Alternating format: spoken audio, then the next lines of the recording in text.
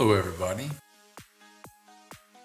I want to show you how I went about coming up with a quick way to get a good look on the Aeronautica Imperialis, the Avenger Strike Fighters. So I have them primed gray, and I'm just going with a base color, the golden brown here. It's a yellow, but it's I guess more brown or golden brown, bright brown. So normally I would have airbrushed this for just an overall base coat, but I wanted to just use a hand brush so that nobody would be discouraged to try these techniques. It does take a few minutes longer, but I'm going to try to integrate some like weathering effects. And in doing so, as you'll see, I try to keep the direction of the brush moving back and forth from front to back of the aircraft as much as possible. Sometimes there's angles that are just real difficult to get to, but what we're going to do, hoping this will accomplish along with a directional wash, is that weathering the debris, moisture in the air that would cause some streaking. And we're going to create this effect really simply without having to use weathering pigments and stuff. On these smaller aircraft, at this smaller scale, I think it's quite sufficient to just use this technique over like on a full scale or a larger aircraft using weathering pigments. I do go over this the second coat.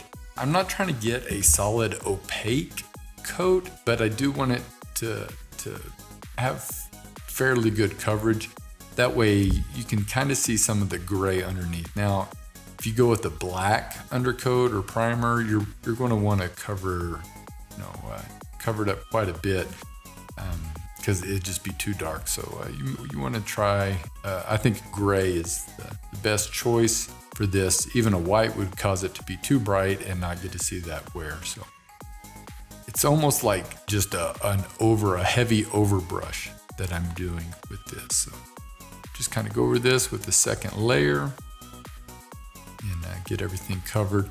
Of course, both sides of the aircraft. Not worried about the engines because we'll be painting those next with our metallics.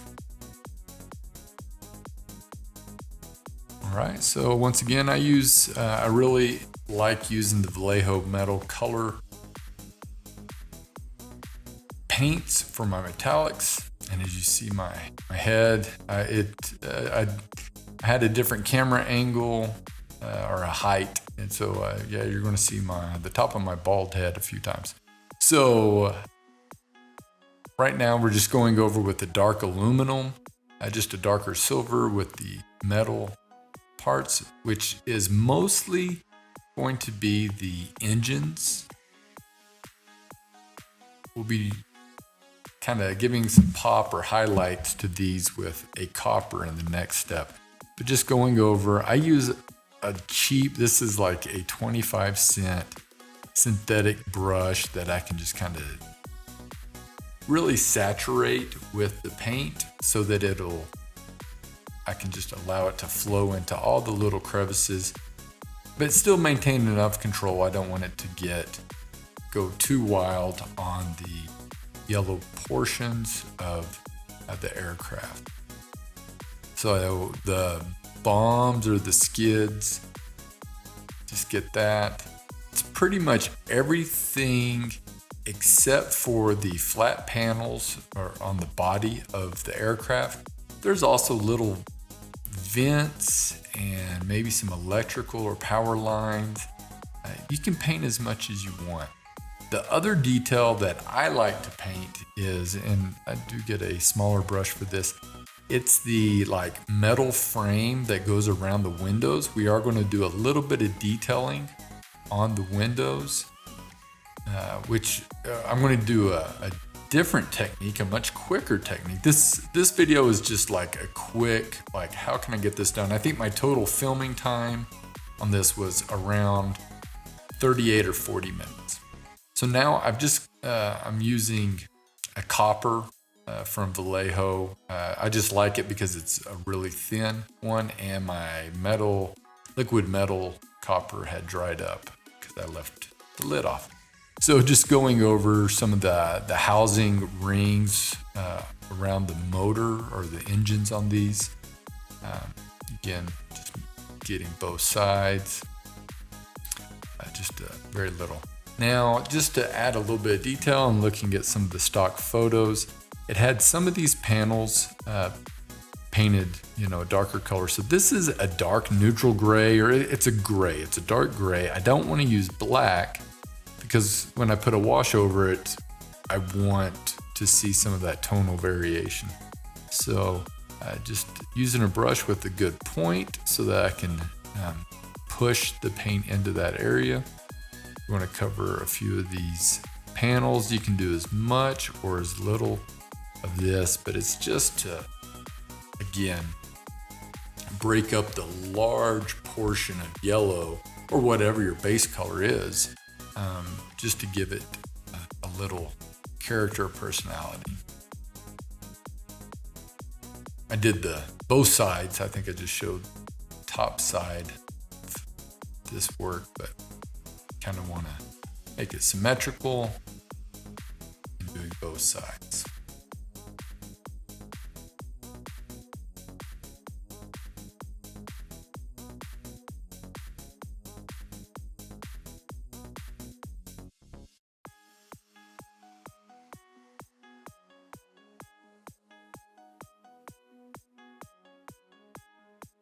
One of the maybe tips or tricks to this is just having a controllable amount of paint on just the end of your brush. That way you can use your brush at a flatter angle without the risk of the larger part or the belly of the brush touching another part of your model. So just having enough on there. Also, not having my paint so thin that it's going to run off. So there's also some areas where I get some golden yellow, which is just a bright yellow, to give some accent as well. And again, you see my head. If you see any melanoma spots, please email me at smoothblendstudio.gmail. I'll let my dermatologist know. This yellow it's a very thin paint, as most yellows are. So I do have to go over this with 2 coats because I want it, even on top of this golden brown base coat, it still needed a couple of coats. And because we're going to be putting, our next step is an overall wash. So I wanted it to be fairly bright. And for the wash, I believe I use Agrax Earth Shade instead of a black shade. So this is more of a brown or a reddish brown, but pretty heavy brown shade. I do mix in some Lamian medium from Citadel Paints to kind of thin it down. You could use water, but you start messing with the properties a little bit. And I'm not real keen on the separation. So the entire aircraft or model is going to get this wash. Pretty heavy on the engines. And then whenever I'm doing a wash, again, just as we put the base coat on, I want to have that streaking appearance. So just trying to start from the front of the aircraft as much as possible, working towards the back. And one of the things that I try to, I'll illustrate here is after I do a section, the top section of the aircraft or the model, and I start working on the bottom, 2 things. I try to keep the model, as you can kind of see in here, pointed in a direction so that it's going to run just by gravity towards the back of the aircraft. This doesn't have to be perfect. It doesn't have to be perfectly perpendicular, but I try to do that. But as I was working on the bottom of it, I turn it back over, the aircraft or model back over. And as this wash dries or pulls up, I try to draw the liquid back to start creating this streaking effect. And what I do here is I'm just drying out or wicking off some of the wash. So I have a drier brush and I can start creating some of these streaks. We did this a little more extensively in a previous video with Aeronautica Imperialis models, so check that playlist. But we use a black there, and also there's some more exhaust vents, so we kind of used this technique to create the appearance of that exhaust going out. Real light-handed, as you can see, I'm holding the brush closer towards the back of the brush so that I have a lighter hand. So now, because we're trying to just do this in a relatively speedy fashion, we're going to do some dry brushing to bring out not only the edges, but just give it a little more character. And of course, we've let the wash completely dry. I was painting several other of these at the same time, so you can do that.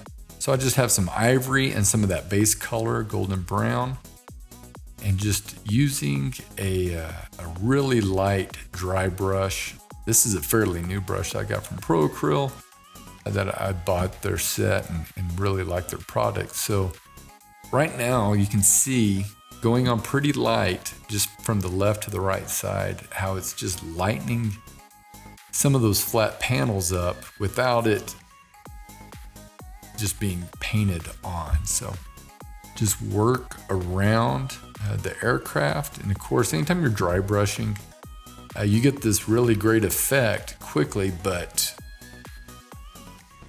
you should let patience prevail here and let it be a gradual building up of the colors, even if you need to reload your brush, and then just stay away from the motors or the engines. So now I've just taken some of that ivory and gray, mixed it in, and I'm just doing one quick highlight. So I want it to be pretty bright. So this is a lot of ivory. I didn't want to use white. I didn't want it to be so stark. So I just used some of the ivory. I'm just going, kind of right here. It's a true edge highlight, but on the flat panels on the middle of the wing, I just draw or paint on some lines there. Other side. This doesn't have to be exact and super sharp. It's just something to, distract the eye from, with all these straight lines. Then I take, again, some of the ivory, and actually I think I do use the white, some titanium white for this. It just makes, I think, a better highlight on top of that bright yellow, that golden yellow. Doing the same thing, just hitting the edges. I believe our next step, we're going to work on the windows, the cockpit and gunner windows a little bit. In a previous video, we did a series of like 5 highlights, kind of building up, giving a really nice, dramatic, environmental look.